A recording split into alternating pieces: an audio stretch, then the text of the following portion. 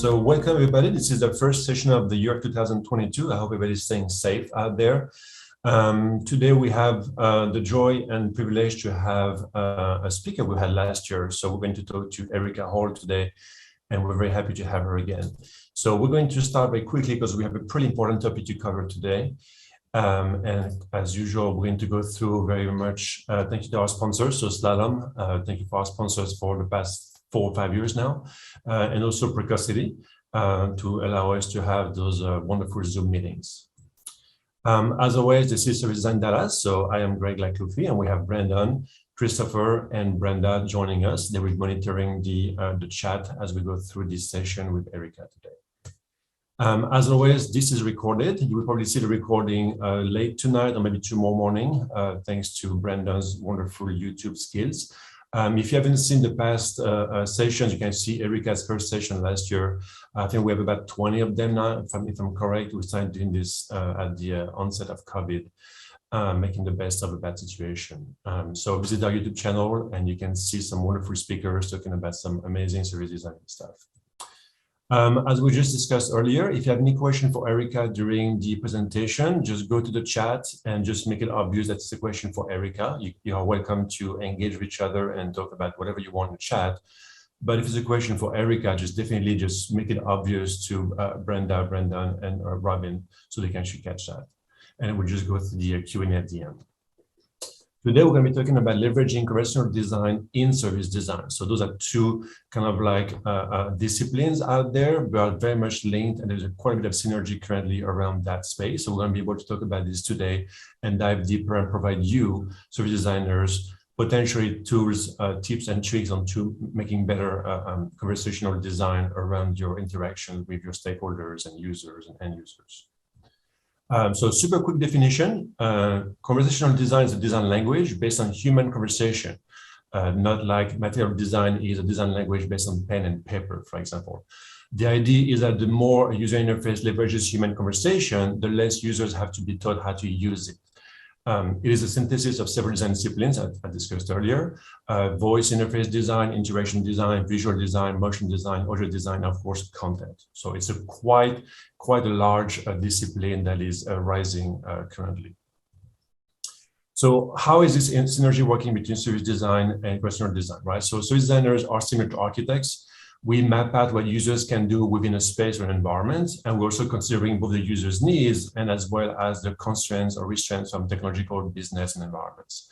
So today, service designers, we leverage conversational design to curate the conversation, obviously, defining the flow and its underlying logic in a detailed design specification that represents a complete user experience, right? So front stage, backstage, all those interactions have to be curated and aggregated. Service designers and conversational designers partner with stakeholders and developers to iterate on the designs and bring the experience to life. So pretty basic understanding of what's happening currently in the space. So how are service designers leveraging conversational design today, and why should we be using it even more? So for example, for this particular conversation to go well, they had to have probably 1,000 other conversations happening in other places within different organizations, systems, and ecosystems. So it's not just one conversation. People always focus on kind of like this particular craftsmanship or conversation, but we also seem to forget about service design. We actually have many levels of interactions, backstage to get to this place.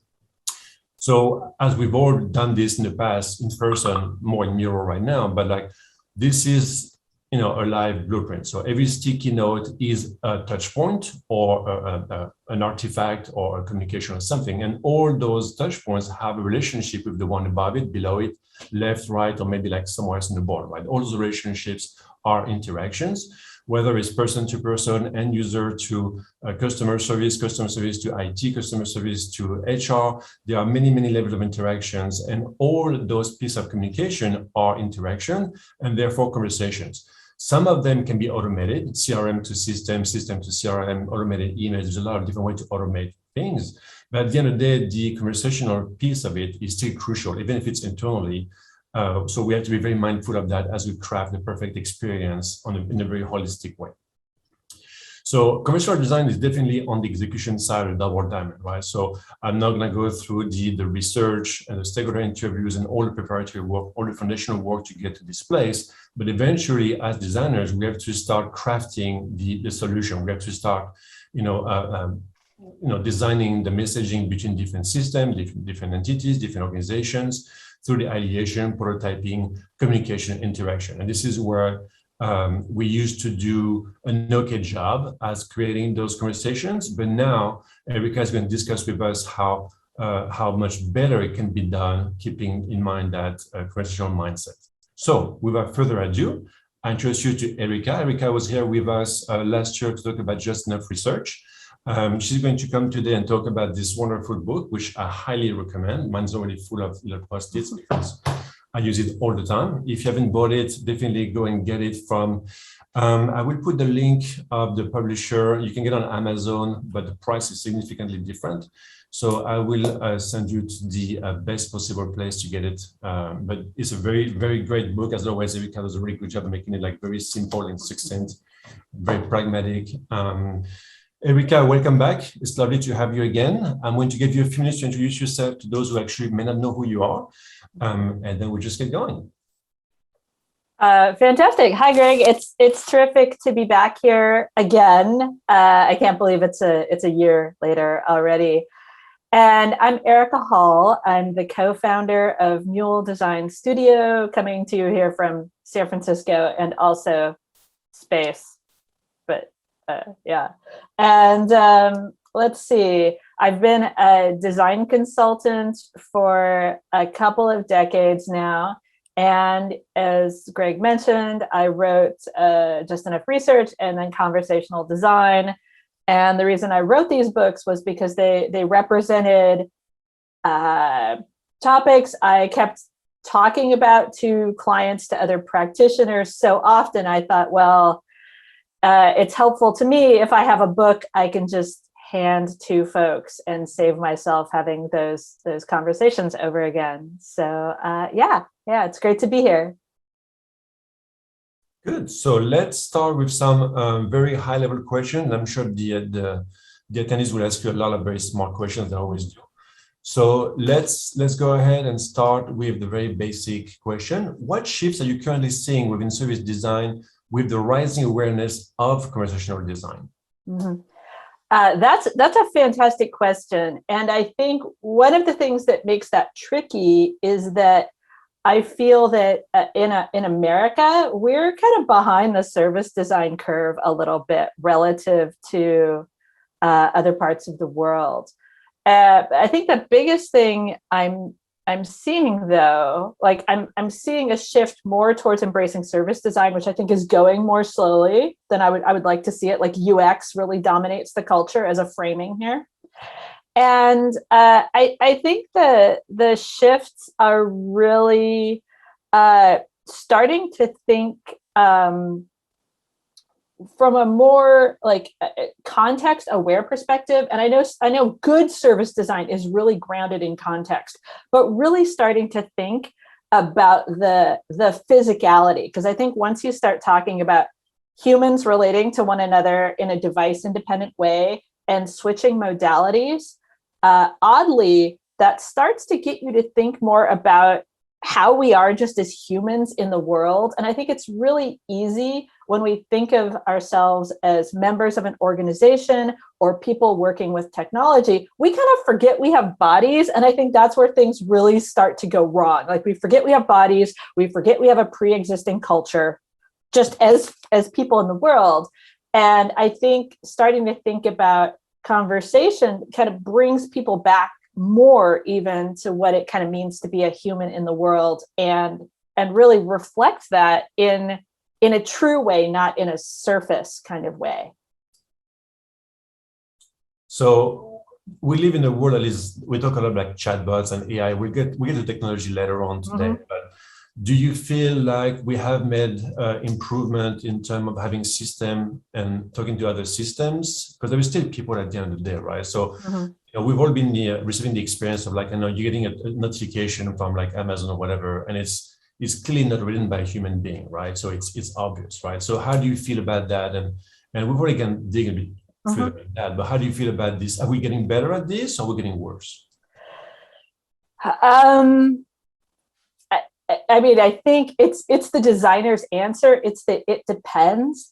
I think we've gotten a little bit worse because I feel that there was a scramble with a lot of organizations to look like they were being more conversational, and I think that has led to a real focus more on like, oh, we're going to these interactions, we're going to force these interactions more into a chat, or we're going to try to put voice on everything, or we're going to try this messaging instead of a website seem really boring. And so I think initially we actually in some ways got worse. The things that got better are that there was some more thinking multimodally, but the worst thing that has happened is when an enterprise sets up like a conversational design team.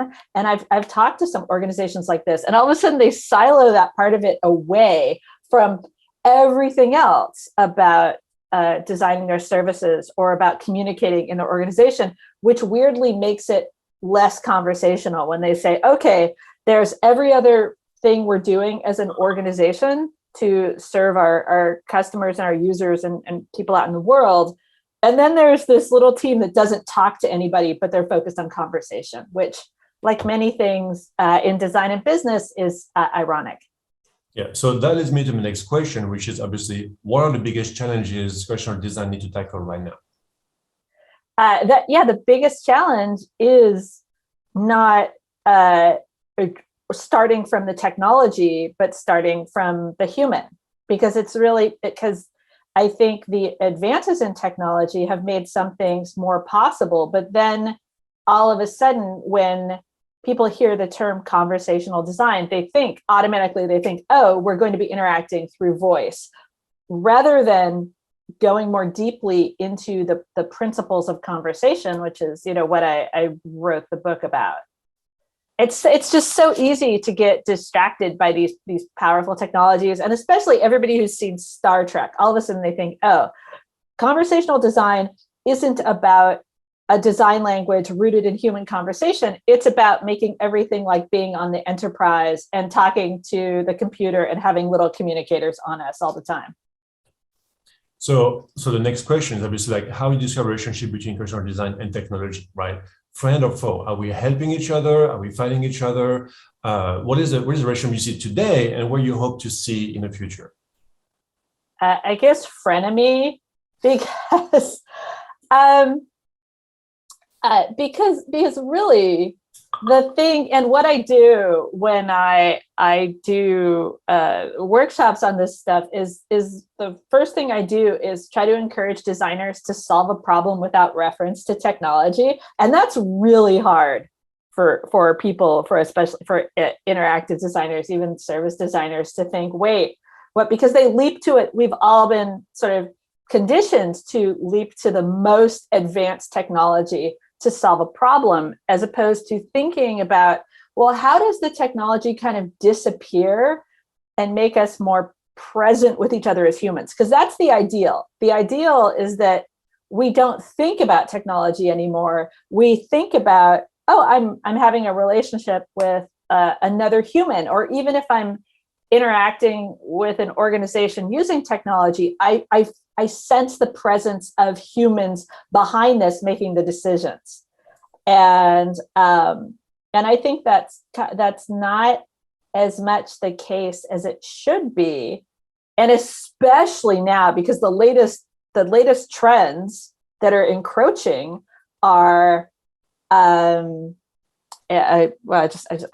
everything, like everybody talking about the metaverse, which is a whole extra thing, and all of the conversation about like crypto and Web3. And I feel like we were just sort of dealing with all of the trends around voice and messaging systems, and now we have this other thing. And there are just a few designers that are saying, well, what about the humans? What about the humans and what the humans do in the world? And aren't these technologies supposed to be centered around what we need and the wider world, not just, oh, here's another thing we have to rush towards and pretend that that's going to change everything about what it means to be a human in the world. So usually in the past, we've been discussing, conversational design with end users and consumers, right? How do we get consumers? It's always like outward facing, front stage, right? In the service design job, we do a lot of like backstage interaction, right? So some of the job I've been on, my team is working on, there is no end users at all. It's all internal employee experience. It doesn't seem there's the same amount of priority being placed on human interaction within a system or an organization. If it's no consumer, there's nobody buying a sweater or coffee, we don't really care as much. How do you feel about that? I feel like one of the things that I quote in my book is Conway's Law. Melvin Conway, who wrote a really influential paper called "How Do Committees Invent?" And you say the word committee, and I know every designer gets like, but the truth is a committee is just a group of people doing collective decision making, right, towards a collective goal. And his principle that he articulated was how the structure of how an organization communicates, and I'm paraphrasing here, determines the type of system, the structure of the system it's going to put out in the world. And he was talking structurally, and I adapted that a little bit to talk about the interactions. And what I think is that your ability to really design functional interactions is determined by how functionally people communicate internally. And this is something I don't think people talk about enough, which is, how do you design the actual communications of people inside an organization? Everybody, especially managers, pretend that just happens. Like, oh, we're people, we're talking. That's not interaction for us to design, but that's the most important interaction to design. And I think a lot of people are living this right now. Now in these pandemic times, when all communication within and between organizations is forced through these technologically mediated channels, there's some advantages and some disadvantages. And the actual humans are, this is not working in their benefit. People are just like left to their own devices to like fight off meetings or try to find ways to collaborate that feel really productive. And there's this push to like perform working together and perform collaborating, because there's this potential to be really invisible to one another. And we're completely losing sight of the fact that its communication needs to be functional and humane. And that's something that the organization and people within the organization can design, just as much as you can design an interaction between a human and a system that's represented through technology. Cool. So that is my next question, is like, how do we designers best communicate with business when discussing design? Either facing outward, how do we converse with like consumers, but also what you just described, how do we just do a better job at aligning, right? If you go, every time you go on a job, the number one problem is misalignment, like left hand, right hand, whatever the metaphor you want to use. So how can we introduce a good, healthy conversational design internally as well, as part of the process? Yeah, that's a great question. I'd say the first step is to model it, right? Because the great thing about conversation and human communication is it's a social phenomenon. And it only works because there are all these tacit agreements we've made that as humans that we don't even notice. And so the first step is to be really intentional about this, like to really understand the principles of what makes a communication work, what makes it productive or unproductive or goal-oriented, and do that in your communication about anything, whatever the topic is. If you think, okay, I am going to kind of model like being cooperative and being goal-directed and being sensitive to context and calling those things out. I think even using whatever influence you have to shape the structure and culture of every conversation you're in, whether it's like in a lot of organizations, the way conversations are set up is such a free-for-all that you can just go in and kind of not seize the agenda, but kind of seize the format and seize the process. And if you step up, it used to be when we met in person, that person would be whoever got up to the whiteboard. And they said, okay. And they would take charge of the interaction. And I think it's very possible that those of us who are service designers can do that and find ways to, build relationships with people, and even tell them to say, help me out. I want to make our actual interactions, like be very explicit and name what you're doing and say, I want to make our conversations more conversational and more functional. I want them to follow these principles. Can you help me? And if you sort of go around and first have individual conversations with people that you have a good relationship with, it's all alliance building, really. And you say, you know what, we're going through this process.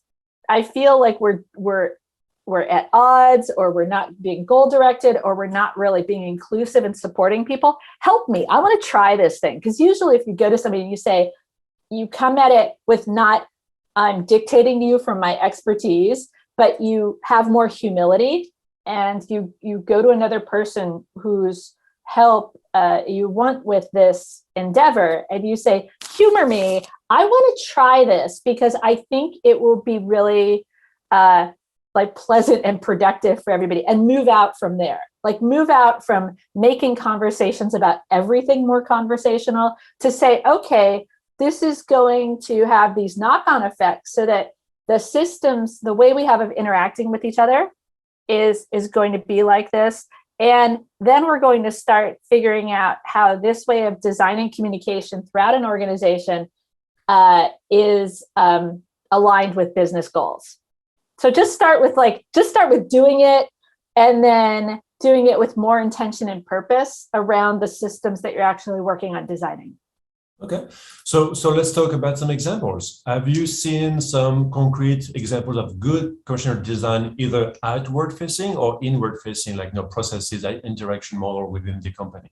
Mm-hmm. Any good example that come to mind right now? It's always hard to think of good examples. I mean, one really maybe obvious good example is you take Slack, right? And what differentiates Slack as a product and a company from others that have gone before, right? On the surface, it's chat. It's like AOL Messenger or something like that. But I think the way even that the product developed came from this really humane kind of conversational ethos, right? It started as the way that Stuart founds companies is like, we're going to design a game. The game's going to fail, but we're going to learn something. And I feel that product came out of this kind of like way of talking, and it adopted just the product is the representation of what it's like to talk to Stuart, really. And I think Anna, who really worked on that to help design the voice, it just came from manifesting what it felt like to have that conversation, which felt warm and welcoming and human and had the fun parts. Like that was a product designed by people who enjoy going to work, right? You can tell a product that comes out of a culture where people don't like their jobs. And that goes back to Conway's Law and what I was talking about. It's really important. Like, this is why we always joke at Mule how we never have team building activities or forced fun, because if the work isn't fun, something is wrong with the organization. If people there, even whatever job you're doing, like not every job is equally, some things are just sort of annoying administrative work or whatever. Not every task is like, I'm on Space Mountain. But if going to work and actually, because interacting with other humans is baseline fun. We're like, doing that is what we do for survival. Like socializing and survival are very intertwined for humans. And so if you go into a place where you're engaged in working together, collaborating, which is a social activity, and that doesn't feel good, you're not looking forward to interacting with those people, the work culture is broken. And if that if the conversations among colleagues don't feel good, then that business is suffering. Like there was in the 90s, there was this consultant, Fernando Flores, who was like he was a PhD in philosophy, Chilean minister of science. And he was a consultant who went around and kind of like bullied people into more functional, candid interactions with people. Because if your organization is political, and what that means is you're not having honest conversations, and that's being truthful is one of the key principles of conversation. So much. I've been in so many organizations where people aren't being honest with each other. That's how bad design gets out in the world. Like any kind of bad design that happens because it's not because they didn't know. It's not because smart designers and business people didn't know. It's because they were literally afraid of being honest in their assessments. They could see something and they'd say, oh, that's a bad idea, but I am not going to honestly tell somebody that's a bad idea, because the organization isn't set up to have those functional conversations. So there are genuine, not just human, like, I hate going to work because everybody undercuts each other and is playing politics all the time. That has a distinct relationship to business success and your ability to like grow as a business. That sounds great. We have a lot of great questions. So if it's okay with you, we're going to start seeing those. You agree with that? Yeah. Brenda, do you want to start with the first question? Yes, thank you. So Greg Gregory, he's asking around the same topic of examples with he's asking, how do you start conversations with clients, companies, business about investing in content strategy, like hiring, developing tone of voice and services around that topic? That's a great question. And this is always, I mean, it's like with content strategy and research, these things which are so essential and really hard to get resourced, because there's an idea of what has business value and what looks like it has business value and what doesn't. And I'd say it starts with understanding, like everything starts with listening to people. Convincing people of anything starts with really listening to them and understanding what they value. And you have to come in without an agenda. And this is what Indy Young, like I really recommend looking at all of her work around listening, because this is what she talks about. Before you have a solution you want to sell, you have to be honest in your heart too, because it's really easy to come into these business discussions and say, I want to make my case for something. You have to set that aside. You have to do a little meditation and think, I am going to, with my heart, set aside my entire agenda. And I'm going to just strive to understand this person as a human being in this organizational context, and what they value and what they fear and how they see success and how they want to look to the people they work with. And you start by just understanding them. Like an activity I do in my research workshop is just like interviewing your colleagues about their job without preconceptions. Like just go to somebody you work with and say, tell me about your job, because you're going to have an idea about what somebody else's job is like. And then when they talk about it, all of a sudden you're like, I had no idea what your actual job was from your perspective. And the other thing that happens is when you describe your job, if you do this with a colleague, then all of a sudden you'll realize things about your job you didn't know. And that's a great exercise. And this sounds tangential to your question, but this is what you have to do to change minds.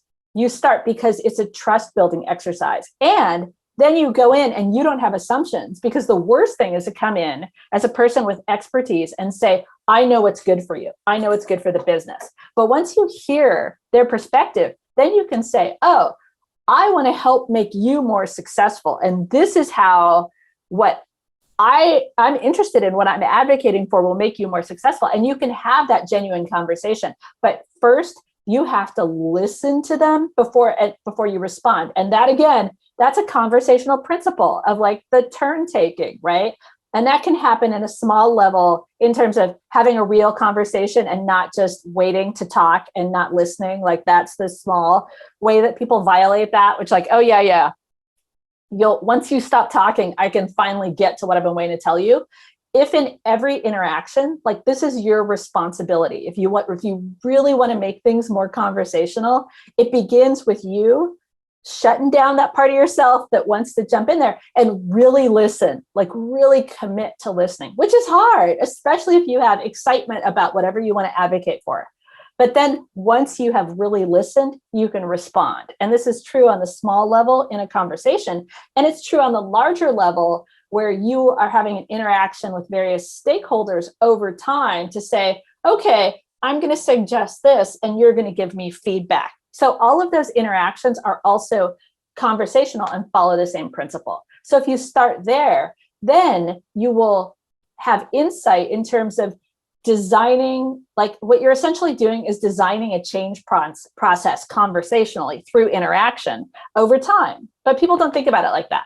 So the best way to change somebody's mind is to start by listening without an agenda.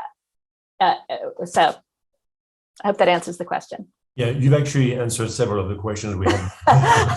So, Robin, do you have something maybe more specific about how to design UI interfaces that are more like conversational driven? So I think there are some questions here that are circling around.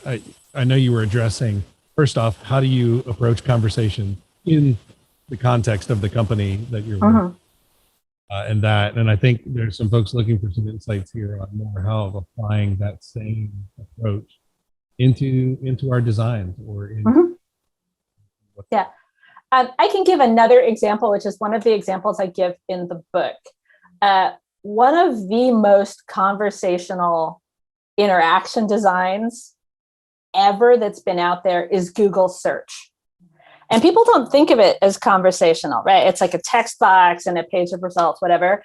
But I think one of the reasons why Google has been so successful is because that search interaction follows like every one of the principles of a functional conversation. And I'll go through them. One, it's cooperative. And what that means is that in terms of search, like the goals of Google search and the goals of the user are really closely aligned. And if the goals aren't aligned, and this is true of conversations between humans and conversations and interactions between like any interaction between a business and its users, right? You can't be conversational if you can't cooperate. And so if your business is genuinely, like your business goals are in conflict with the user's goals, and there's so many systems like this, and this is where dark patterns and things come from, you can't make that conversational, because that's like you trying to have a conversation with somebody and they're always like talking over you and trying to change the agenda.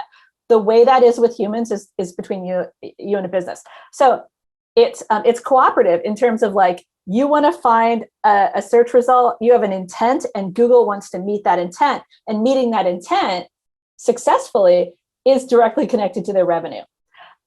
It's also very quick, right? You put in like query formulation is now a thing that we all know how to do, because you go to Google and you put in a query and you immediately, without even realizing it, it comes back to you so quickly.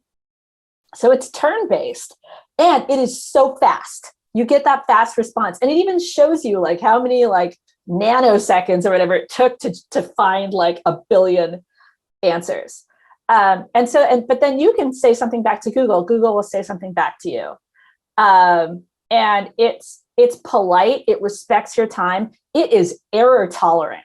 It has learned over the course of 25 years, however many years Google has been around, it has learned how to respond to errors. So one of the examples I use in the book is I just typed in like garbage that kind of looks like lasagna recipe. And what Google does is because it knows that like that my intent was probably based on everything it knows about searches. It knows that I probably wanted a lasagna recipe. And this is one of the biggest tells for whether a system is conversational or a person is acting as a good conversational partner is how it handles errors. Because you know from talking to people that there are people, if you mispronounce a word or if you make a mistake in conversation, somebody busts you on it, right? They're like, I don't understand what you mean. And they like make you feel stupid for making a mistake. They're not being conversational. And systems do this all the time, where the system could, if it wanted to, if the developers and the designers weren't lazy, it could help you not make mistakes. But then it's just like, sorry, I didn't understand your input, idiot. That's the feeling people have. But Google's like, you could mash any mess at Google, and Google's like, hey, is this what you wanted? But you're cool. Like, is this what you meant? And that's even what they say. And so it is really successful because it, like, you don't even notice if you make a mistake on Google. It never makes you feel bad. It makes you feel like, hey, I tried to figure it out, but you could type in something else, and the system doesn't punish you for screwing up. But a lot of so-called conversational user interfaces punish you so hard if you don't guess right, because they're not smart enough to really talk to you. They're like, I'm sorry, I didn't understand that. Like Alexa all day long. What? And it makes you do all the work. So if you're a good conversationalist, even as a human, you will try to make the person you're talking to do less work. And not by like just guessing, not by jumping in and guessing and talking over them, but again, by really listening and really understanding. And yeah, so any system that forces people to really type in exactly the right thing. This is why, like, man, I have such, if anybody here works for Bank of America, like Bank of America is our business bank, and they have Erika, the conversational agent, which is just, it feels like pure PR, because like a well-designed website is often way more conversational in terms of fulfilling the values than one of those chatbots. Because I try it, I humor it, and I try to like I try to use it for stuff. And it's always like, oh, sorry, didn't understand the input. Here, I'll send you to the homepage. Man, I've been online banking so long. The first interface was Telnet. And I could tell you, telnetting to my credit union in 1998 was easier to use than some of these chatbot systems. Now, I would hear recently, I've been pretty impressed, though. I mean, we talk about, some of the stuff is not great, but I've had some I think I did some returns for Amazon, for example. And it took me like a few clicks and it was seamless. I know it wasn't a person, right?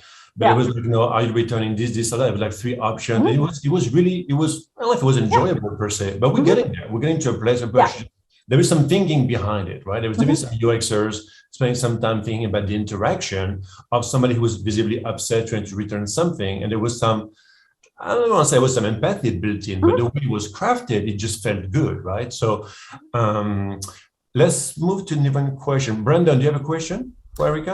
Yeah. First, I'm so excited about all of this. I mean, and what I love about it is it's not new, but you're evolving something. Like, I remember 22 years ago, I was listening to Harry Gottlieb, I believe. He was the founder and CEO of You Don't Know Jack.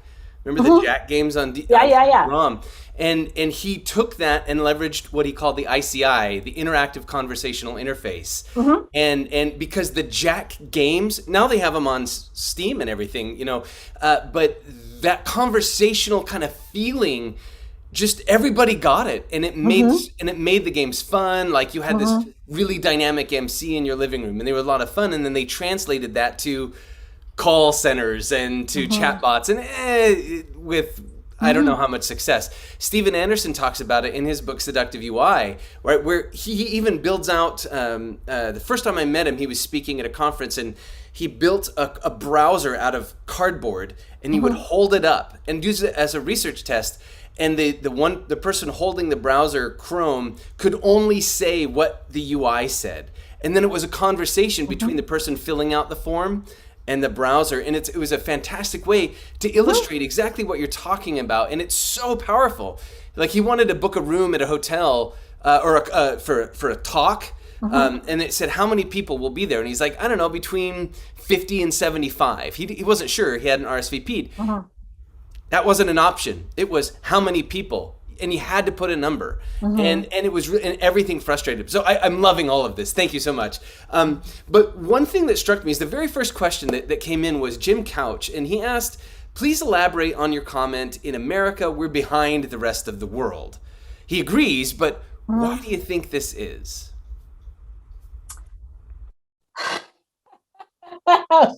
Explain America. Because we just, it really does come down to, I think, in part, American individualism, right? Like, look how far, like, so much of service design comes out of providing services. And we have people in government who don't even believe it's like Ron Swanson, but like from Parks and Rec, but super evil. Like, we have people in government who legitimately don't think government should provide services. And you look at the leader, like the people at UK.gov, right, who are out there with tremendous leadership in terms of really constituent-centered online services. That ethos is just so different, right? Our dominant framing in America is UX, user experience, which means I'm designing for one person at a time, which is ridiculous because that's not how we exist, again, in the world. We're super interdependent. And if your focus, if the way that you frame your design work is user experience, that means that you have determined who's a user of the system, and then everybody else who either interacts with the system, for example, the workers that provide the services, la, la, la, la, la, la, la, like the warehouse workers, the food delivery people who are having their tips stolen. Oh, not my problem. La, la, la, la, la, la, la. And I think because you want to do user experience design to grow your ROI, to be on a rocket ship, to go public, to something. It's a different ethos. And so, and I've done a tiny bit of work with government, and people even working in government sometimes have to fight to, even if it's totally possible, because like timeline and budget is always a smokescreen, right? There is always time and money. There's just not time and money for a certain set of things, just like some people count as users of the system and some people just don't count as users.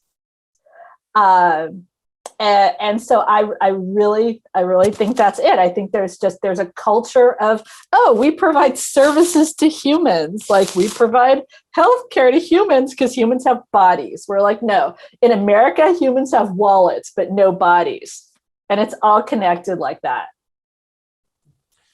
That was an interesting conversation. Well, we have a lot of attendees that come from like Norway, Scotland. So I'm just wondering if they agree or disagree. Maybe they feel the same way about the Scottish government system, right? So I don't know. Brenda, do you have a question to follow up with? Yes. Tony Ramos is asking, who do you think are the next generation of great conversational designer?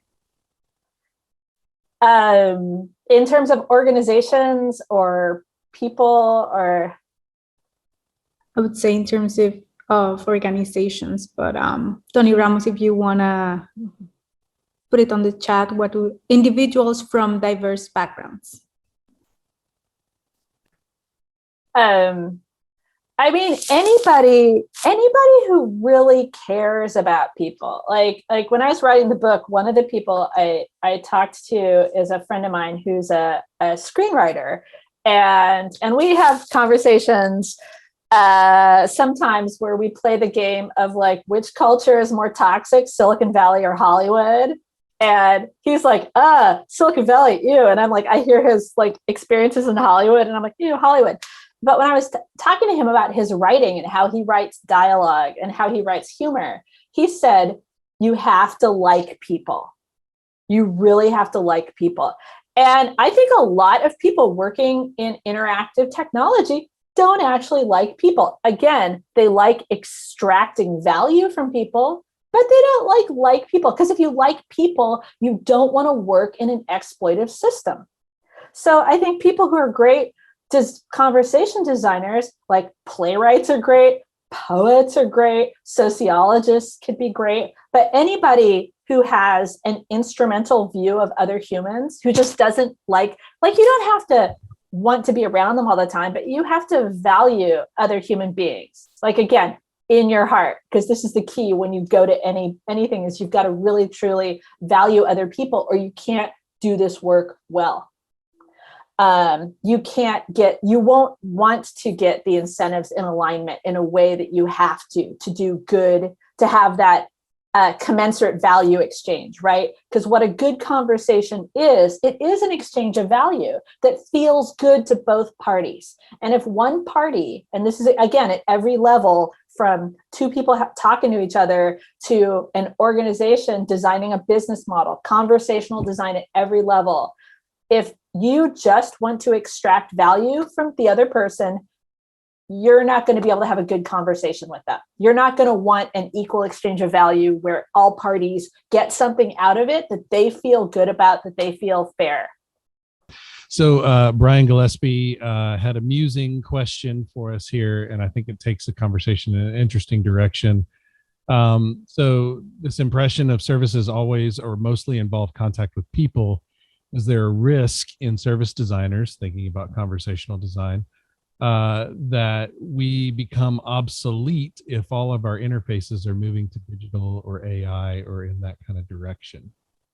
So I'll stop with that. There's a second part of the question, but I want to see. That's always the canard, right? Like, robots will replace us. But look at what's, and like the aspect of this that made me the most like bananas is Uber having driverless cars and somehow that making it cheaper to run taxis. No, there's this myth that technology will replace humans, but really, like, humans work cheaper than robots, right? I mean, go watch all the Matrix movies. The last one is super good, especially if you're Gen X. What we do with technology is we use it to squeeze more value out of humans, because humans are cheaper to exploit than machines in a lot of cases, because machines you've got to like keep up and running, right? And this sounds super dystopian, but it's actually true. Like, you look at like there are so many technologies that we could completely automate, but it's actually cheaper to just have people in factories like sewing clothes than it is to have, like, it is with current technology, we could make robots that sew clothes, but it's cheaper to use the technology to surveil the people and keep them to quota. It's easier to use technology to keep people on that warehouse floor, like, without taking, bio breaks all day. That's much cheaper than having robots do the work. And so I think the same thing is kind of true. Like, I mean, we use the phrase AI. It's not like machine learning is like, it's not there yet. It's a bad metaphor. Like, computers and humans don't think alike, right? And one of the biggest reasons is it's not just that humans program machines, but it's like human intelligence is social intelligence, right? For all that the Terminator movies are awesome, Skynet's not a thing. Computers are not talking to each other and getting smarter. So I am not worried about that. And it's a really good exercise to look at, to kind of diagram the underlying exchanges of value and saying, in any system, who's getting what value and why. And like, where are the costs, and really truly map it out. And it's super simple. Like, any of you could do this, to really sit down and think about, like, who gets value out of any interaction. Because we could do this on like the playground as kids, and we can do this among businesses, and it's the same thing. And then you'll start to see like where things are going to go with technology. So let me do quick follow up on that, Robin. Yeah. So I have been involved into some projects where machine talk to machine, right? I know you're being, facetious like that. Yeah. But for example, we have now some IoT projects where an airplane would fly from Dubai to London, and in mid-flight, it would basically just send messages to London or Dubai, say, hey, it looks like I need some maintenance here, here, and here. By the time the plane lands, the mechanics already have the right pieces, all that stuff, right? It's a thing of beauty. Machines do talk to each other. Yeah. It's a different conversation, right? So we actually have to design that, or at least the interaction model between the two machines. We don't have to do the coding itself. But at the end of the day, the machine will talk to a mechanic or converse something to a human person, right? So, and this is a thing where there is still a lot of things to do, because then a computer is sending a message to a human being who's going to have to go and get the parts or whatever, right? So do you feel like we have some work to be done in that respect? Like, this is service design, right? So you organize the whole thing, you mobilize your orchestra, we have the plane landing, everything is a thing of beauty. But then a computer sends a notification to a person, and that's a horrible experience, right? Currently. Do you see a lot of room for improvement in that level of interaction? Yeah, absolutely. Absolutely. Like anytime. And I think that the simplest way to think about this is to think, what are the structured problems and what are the unstructured problems? Because if you can structure the problem, if you can actually write an algorithm for it, a computer can do the work. And I think that's a great design conversation to have, is like the division of labor between humans and machines. And so if you can write out a process for it, or if you have the data, you actually have the data set that the computer can use to make certain predictions or decisions, that's great. But a lot of the problems we have are like open-ended problems to solve, and humans have to do that. And I think once you have that clarity and you think about the potential scenarios, that can really help. Because a lot of times, the computer talks to a human in like computer language, and those sorts of interfaces can be really unpleasant. But do you think we're making progress? So if you go to DMV, for example, the interface it basically hasn't changed since 1984, right? So, if this conversational design is actually getting everywhere, like, all the people who work at the DMV, they have a phone in their pocket and they actually have a good experience. Why isn't the DMV interface getting better as well? It's like tide rises all the boats, right? Yeah. Why isn't the DMV? Because there's no incentives, right? Sometimes there's just no incentive to improve something, and nothing will improve, even if it's possible. It's like, if there's an incentive to solve the problem, people will solve the problem for that incentive. But there are plenty of problems for which there's not really an incentive. There is a totally possible solution, but there's no incentive to even do the easiest, most possible thing. So you've got to align the incentives before you can do anything. This is why things don't get done in government and in the U.S. sometimes is there's nobody will personally gain from fixing it, and the effort of going in there to try to fix it would be so hard.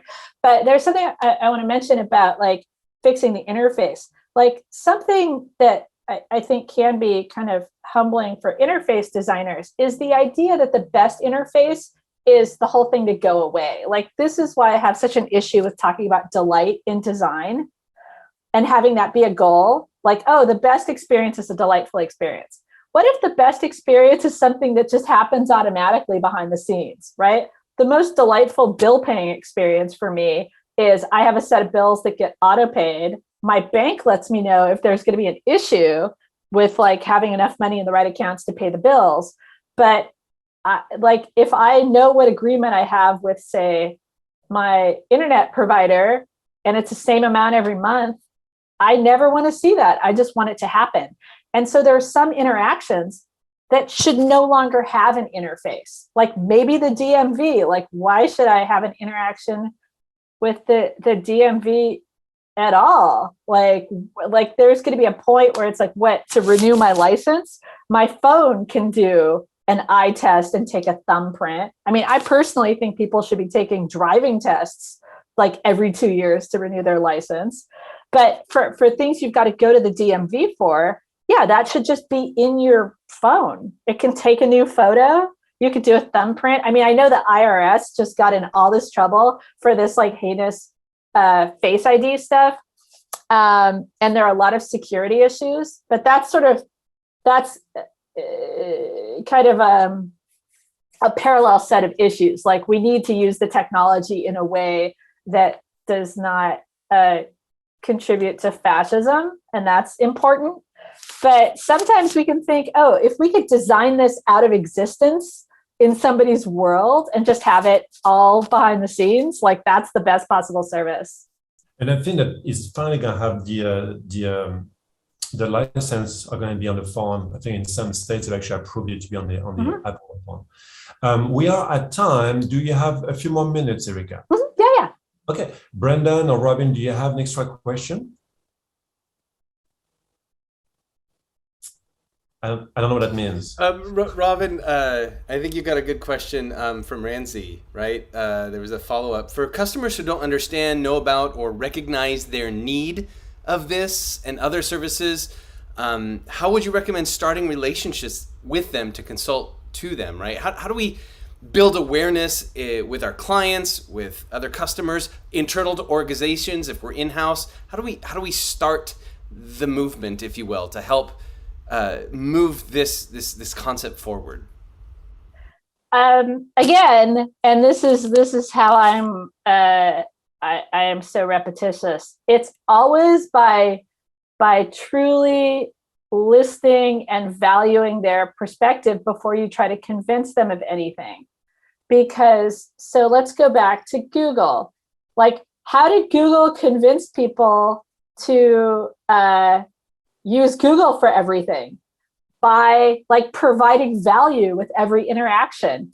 How did Google get like everybody's data? Because they provide so much value in return, and that's the way. But you can't tell somebody to value something you value.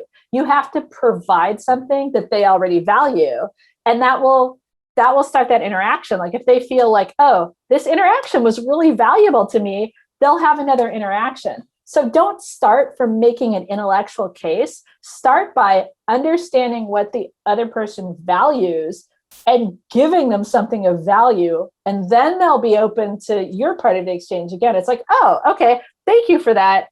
Now I'm listening because you gave me something of value. Like go back, read How to Make Friends and Influence People, the Dale Carnegie book that's like 100 years old. That is the best interaction design manual. And he starts from, you have to be interested in other people to sell to them. And because the other thing every designer has to realize is every designer is in sales. Like, I feel like there's one of the things designers have to get over is their feeling that they're a special, better part of an enterprise. Not true. And at base, you're in the business of selling something to somebody, whether it's an idea, or anything else. And so get good at sales, and good salespeople start by really understanding their customer and what their customer values, and then taking them on this journey and telling them a story and having this interaction that leads towards, some sort of mutually beneficial goal. Yeah, I was curious. So I love this idea of, the best experience sometimes being a non-experience, but you also talk about how conversations are valuable and how interactions can be great. So I see there's kind of, I'm not saying that you're contradicting yourself, but I see like there's a spectrum here, a tension here between having no experience and having an experience that's actually valuable. Like you might say, maybe you don't like your grandparents or your parents, and so you could say the best interaction is no interaction. But in general, I think like understanding like where should we place some weight into making that conversation, into making that experience, actually designing for delight in that space, and at what places is designing for delight like don't bother me, So I don't know if you can talk about kind of that tension. Yeah, that's a really good question, and it has to do with your role. Or the role of what you're designing in somebody's life. Everything follows kind of from what that role is. And this is why I think, and we were talking about this a little bit earlier, actually role playing, like stepping away, like no design happens on the screen, right? Documenting happens on the screen. A great way to do interaction design is to just get with your team, like, in a chat on Slack or whatever you use, or in Zoom, and actually role play these things out. And that will help you see like what form the interaction should take, or whether like, oh, I just want that to happen, or here's how this interaction might go, before you even build anything, before you draw anything. But there's such a desire to like visualize things, to show value. Because there are some roles where you really, really do want to have that like explicit, tangible interaction. And there are some things where you're like, oh, that's something, the value comes from that happening behind the scenes. It's all about how does the person understand the value of that. And I think it gets really, really tricky in our time of like platforms now, like who the value gets attributed to, right? Like everybody sells through Amazon. So instead of like the retail, the brand of the product having the value, Amazon has captured all like the interaction value. Where it used to be like, oh yeah, I go to this one store where I get this one brand, and now it's like Amazon is everything, and it's hard to compete with that. But really start with just kind of like acting it out, and also it's fun, and also you develop more, I think, real, genuine empathy for people to be like, what does the person actually want to have this explicit interaction, or do they want do they trust? Because I think a big part of it, of whether something should be an explicit interaction or something that just happens behind the scenes, is does the person trust the agent to act on their behalf? So, Erika, I think we are, I don't want to abuse your time, so we can talk about this forever, and we've gone left and right quite a bit around service design. Once again, if you want to know more about this, this is the book, Conversational Design by Erika Hall, and the link is on in the chat. If you haven't bought it, it's great. It's, as always, super pragmatic and super easy to read, and a great reference to go over and over again. Erika, thank you so much for having you here again. If you have any question for Erika, just let us know through the chat right now. We're going to be open for a few more minutes. Erika, it was lovely to see you again, and we hope to see you again maybe this year or next year. Let's make this a thing. Oh yeah, sure. Every February. Yeah, and I just want to make a note about the book. I think I just accidentally DM'd somebody instead of putting it in the public chat. It's not a book apart. Books aren't like really sold through Amazon, at least through American Amazon. Like there are some different distribution relationships with translations in other countries. And so, always buy it through a book apart, because of the way they're set up as an independent publisher, they don't actually distribute through Amazon. So sometimes third-party sellers do get copies and sell them through Amazon, but those are generally going to be more expensive, or like older editions or something like that. Yeah, I have recommended my entire design team are going to buy this book, and it was like $55 on Amazon, and I think like half of that on a book apart. So definitely go to a book apart website, which I think is on the chat. Thank you so much, Erika. Have a lovely day in San Francisco, and we hope to talk to you soon. Yeah, thank you. Have a fantastic rest of your day, everybody, wherever you are. Thank you. Take care. Okay, bye-bye. Bye, everybody.